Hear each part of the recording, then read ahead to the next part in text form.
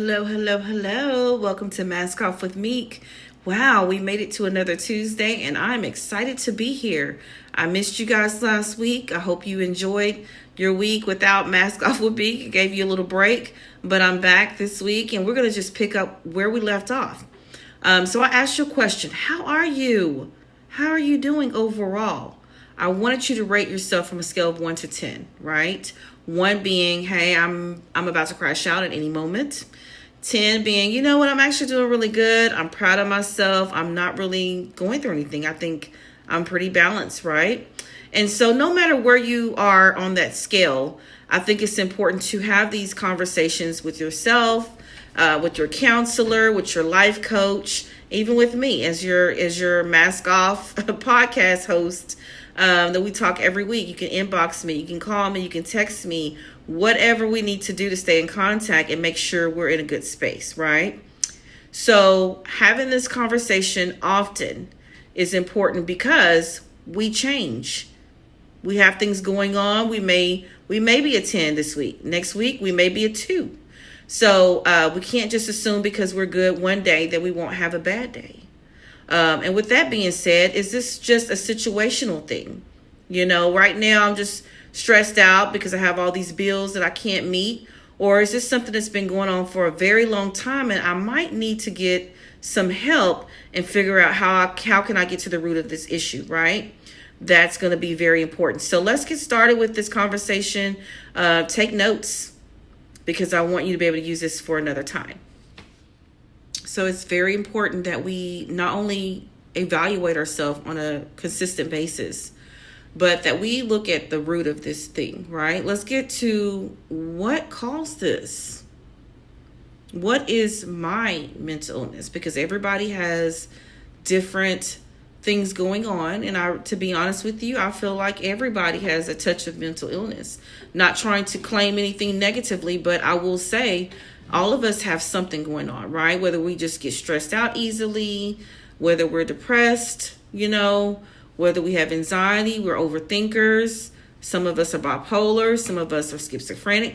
The list goes on and on when it comes to mental illness. So it's nothing to be ashamed of. It's something that we need to talk about more and bring more awareness to mental illness. And I do know that sometimes mental illness is different based on culture backgrounds, right? A white man would never understand how it feels to be a black man and to experience the things that black men experiences in life. Vice versa, we may not understand what Hispanics go through. So, it can be a cultural thing as well. So it can be situational, it can be cultural, it can be hereditary. I think that people need to be honest with themselves and go to their families. Go to your mom, go to your dad and say, hey, what happened with grandpa? I remember he used to be a drinker. He used to always drink. Or my grandma, people called her crazy. Why? Because then they didn't have the resources that we have now. So, maybe Papa did turn to the bottle. Maybe he did stay in the pool hall. Maybe he did turn to other women, and that's why he had multiple families all over town. Because a lot of times people turn to sex to try to pacify and numb things that they're dealing with.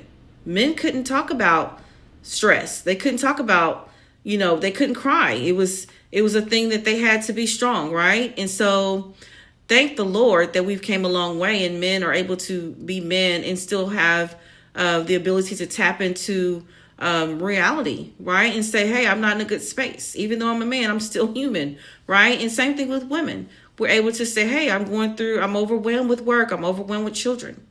And we're able to have these conversations. So is it situational? Did something traumatic happen to you? A lot of times in families, we don't talk about all of the things that's under the rug, like molestation within the family. Those things like that can trigger you to have mental illness. So it's important to pull back the rug and start having the conversation. I think it's important to know your triggers. Triggers is, you have no idea what triggers can do to you, right? It can be the simplest thing, like, for instance, holidays. Okay, you notice a pattern. That's why it's important to journal, because you're going to start journaling down these triggers, right? And when they happen. Okay, I notice around the holidays, I seem to fall into depression. Okay, why do I fall into depression around the holidays? Oh, okay, well, maybe because I've lost someone I loved, whether it be parents, grandparents, a child, a friend, a spouse, and that triggers me. Then you know what? Okay, now I'm able to recognize what triggers me. Okay, what am I going to do about it? Well, maybe I should go travel. I know that I can't stay home around the holidays. I got to travel. I got to be busy, right? Instead of sitting at home eating bonbons and crying and wallowing in sorrow and grief, you say, you know what? I'm going to get up and I'm going to sign up for a run, a 5K run, right? To keep my mind and my body busy and moving. It's important to be able to recognize those triggers. It can be a small trigger. It could be a smell. It could be a song. It could be, like I said, a season. It could be being around certain people. Certain people trigger us. And we have to stop telling people that we have to accept family for who they are. That's just who they are. And it's triggering us. It's putting us in a horrible space mentally and emotionally.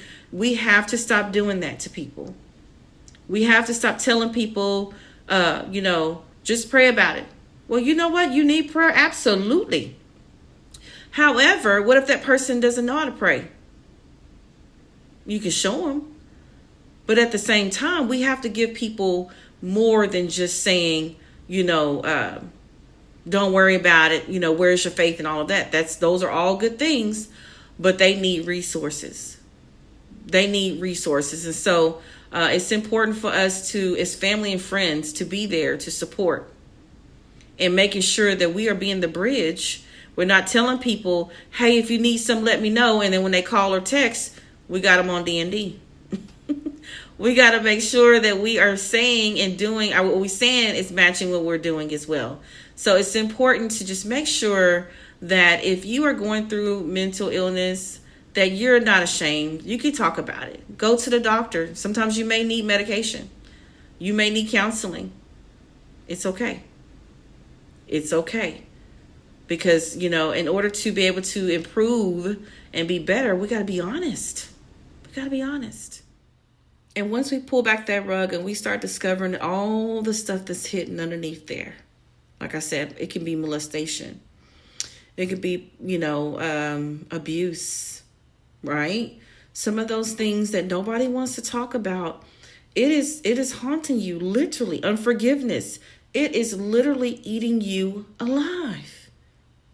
And I've said this before. Sometimes we hold on to things thinking that we're going to hurt the other person, but truly we are causing ourselves mental illness because our brain is constantly on overload. We don't trust ourselves. We don't trust other people, right? We think everybody's out to get us and all those types of things. So let's really just focus on getting to the root of what caused this, because if we don't pull it by the root, it's going to continue to grow, right? We may think we can get rid of it for a little bit, but it's going to come back. It's going to come back. So it's important that we take the time, do the work, because it's a work in progress to be able to get past some of these things like mental illness, right? I think it's important to have a support group, have a mentor, have a life coach, go to your pastor, go to your family, being around friends, because sometimes we want to isolate ourselves from other people, which there's nothing wrong with being isolated, because I do feel like sometimes we need our time and our space and quietness to be able to process things that we're going through, right? But at some point, I think being around other people is going to be healthy for you mentally and emotionally, because the word says about an idle mind is a devil's workshop. So if we're constantly in the dark, we're constantly laying down, we're constantly, declining, putting our phone on D&D, not talking to anybody, and we're just laying in the bed doing nothing, guess what happens? You fall into a deep depression. Those voices in your head get louder. But if you're around other people, the special people is going to be positive, uplift you, encourage you, and things like that, that's going to be helpful on this journey of trying to overcome mental illness. So let's talk about making sure that we have a code word. I mentioned that before, how important it is to have a code word. You need to have a code word when you are dealing with someone with mental illness. Let's say red. When you text that word red, people know, hey, they mean business. They need me. I need to stop what I'm doing and give that person a call. If someone's giving you their code word and say, hey, this is my code word, then you make sure that you take care of that person when they reach out to you. Don't ignore them. Take the time to reach back out to them, because you just never know that call that you can get, that text that you can get. So when we decide to be honest, then we are saying yes to ourselves. We are taking back our power. We're taking back our peace, right? Because we are getting to the root of that issue, and we're pulling it up from the root. We're making sure we're not leaving any type of residue, because we don't want this thing to creep back on us, right? So let's go over some of the things that we talked about tonight. We want to look at ourselves and evaluate ourselves regularly, right? Journaling what we're finding, what we're investigating about ourselves. Hey, I noticed around this time of year, I noticed this around this bothers me, or being around this person bothers me. That's recognizing your triggers. Once you recognize your triggers, then hey, we're going to eliminate those triggers. We're going to limit them, right, as much as possible. And then we're going to make sure that we surround ourselves with people that love us, that support us, that's going to encourage us. We're going to give someone that we trust our code word. And they're going to know that when I send you this code word, this is like not saying 911. I need you to call me. I need you to text me. I need you to come by here. I'm not in a good space, right? We're going to not be ashamed to talk about what it is that we are experiencing, whether it's anxiety, depression, bipolar, anything like that. Because you know what? Sometimes what we're ashamed of is really, it's not just even about us. It's about being there for other people. So being relatable and being able to talk to someone else and say, hey, you know what? I deal with that too. This is what works for me. Just being a resource. Someone had to be there for you. So let's make sure we are going to be there for other people, right? So these are a lot of things that I think that will help us to be able to find our peace, right? Having those difficult conversations with our parents, with our grandparents, trying to figure out where did this stem from in our family. Is this a generational curse? And if it is, we're gonna start speaking against this curse that's been placed on our family. It stops with me. I'm not going to allow this thing to continue with me and my grandkids and my children. It stops now. It's important. Let's not be ashamed. Prayer, prayer, prayer. Prayer changes things. You do need prayer. You do need to surround yourself with people that know how to pray you through, because sometimes we don't have the strength to. We don't even know how to start and what to say. But sometimes just being around other people uplifts us, encourages us, and keep us on our journey to healing. So I love you guys. If no one's told you they love you, just know I love you.